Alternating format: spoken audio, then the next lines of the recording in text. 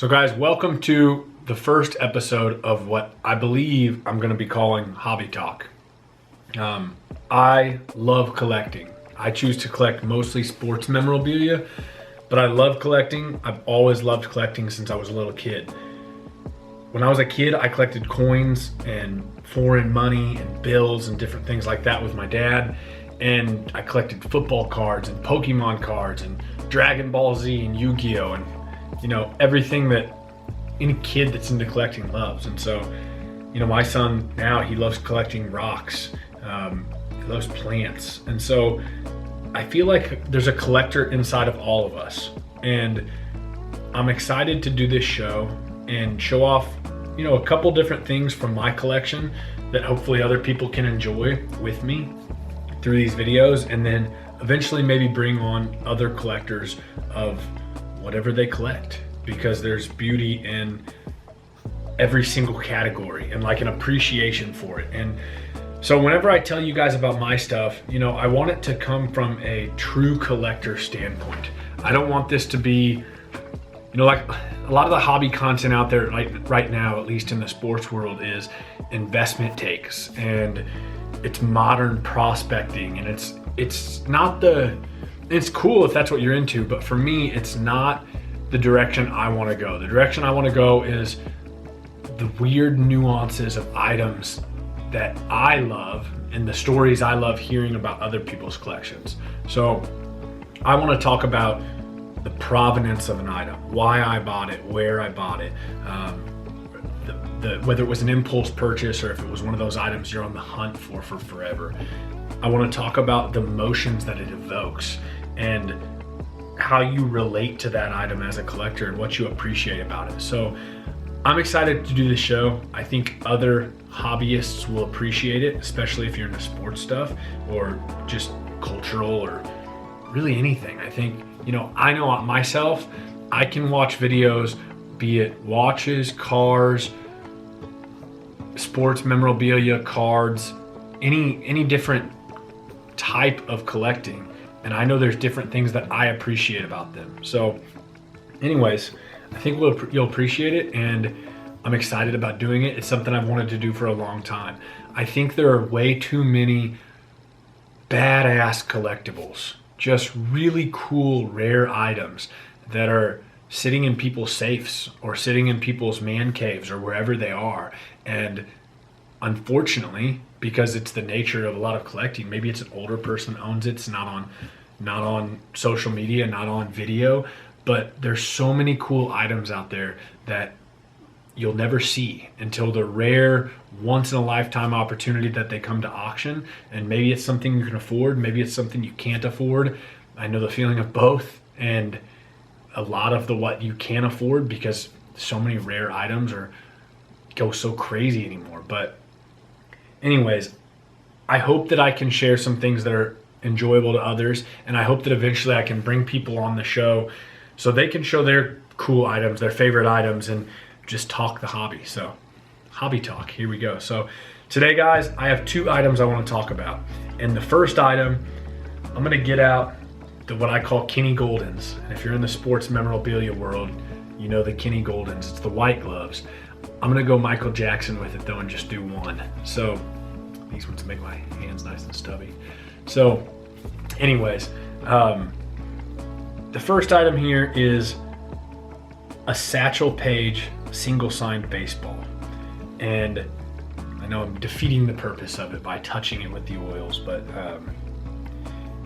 this is a Satchel Paige single signed baseball, and it's been covered in shellac, I believe is how you pronounce it, but it's been covered in a thin layer of shellac. So it has some toning to the ball, some yellowing and browning throughout the ball. It's signed on National League Baseball. Charles Feeney is the commissioner at the time. And man, it has the most beautiful Satchel Paige signature. He's double underlined it. So Satchel Paige, for some reason, I've always been ridiculously drawn to Satchel Paige. I love the Negro Leagues. I love the history of the Negro Leagues. I think living here near Kansas City is part of my natural draw to it. But You know, the Negro Leagues were this amazing group of ball players that, you know, you got guys like Josh Gibson, known as the Black Babe Ruth, that supposedly hit as many or more home runs than Babe Ruth.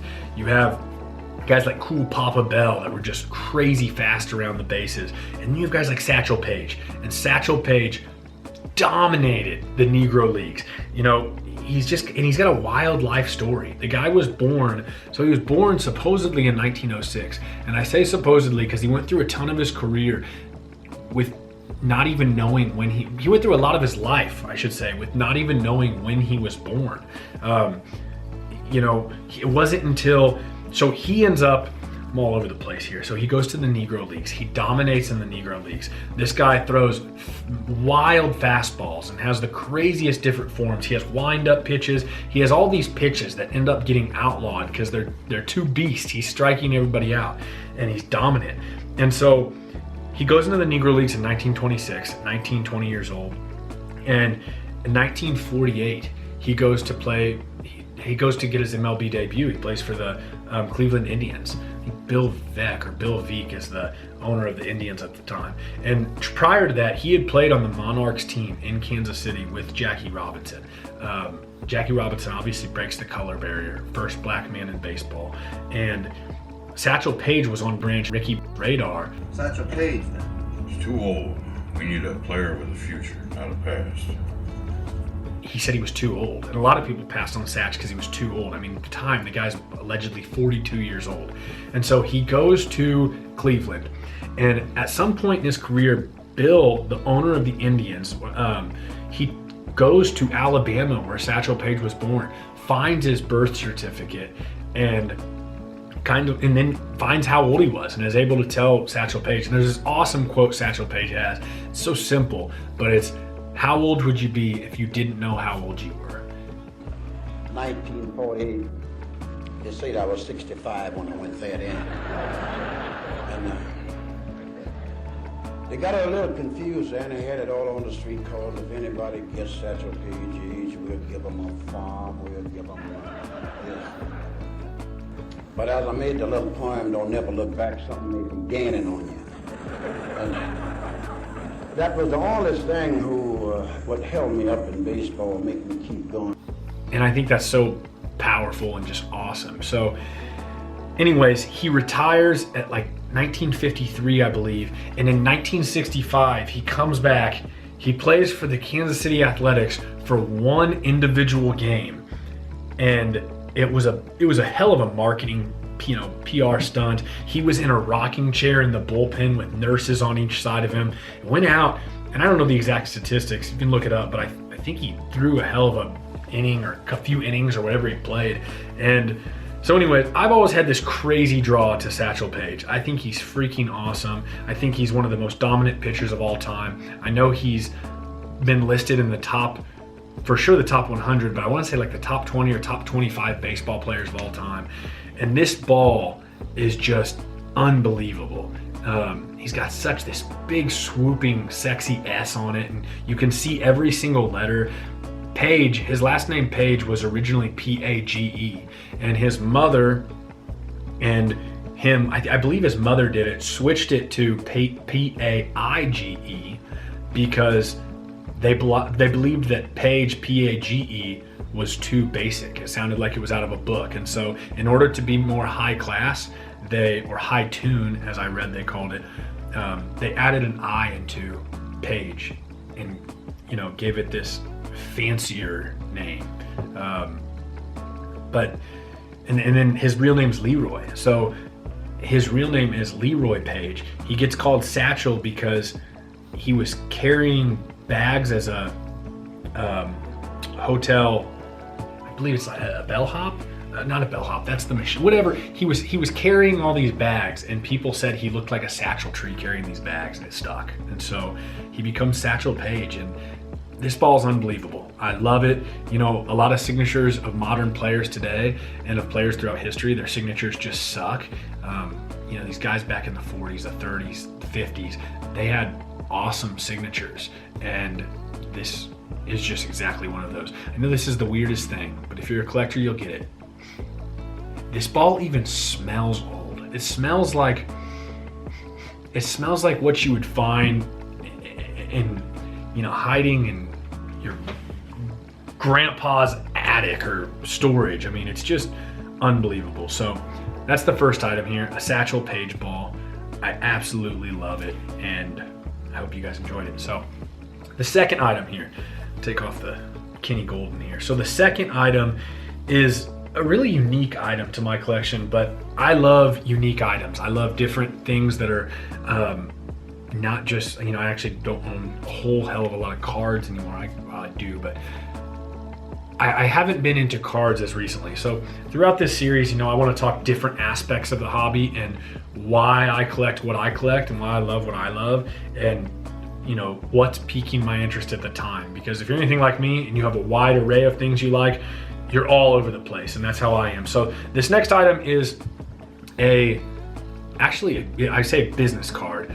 That's how it's slabbed here with Beckett, but it's a coupon for a quarter pounder to be presented at McDonald's. So it's a coupon for a quarter pounder and redeemable only at the McDonald's on West Colfax Avenue in Lakewood, Colorado. But here's the kicker. It's signed by Ray Kroc. So Ray Kroc, you know, if you've seen the movie Founder, you know that he wasn't technically the founder of McDonald's. He bought it from the McDonald's brothers, but he's known as the founder. He's known as the guy who started McDonald's. And so he brought it to the masses. It's got an interesting notation of June 26, 1979 on the top left corner of the side, which I think is really cool and just random. But I'm an entrepreneur. I love business, and I just, you know, anytime you have an opportunity to go back in time and have a signed item from somebody of this stature, you know, I mean, you look at Steve Jobs. Steve Jobs' signatures are going for crazy money now.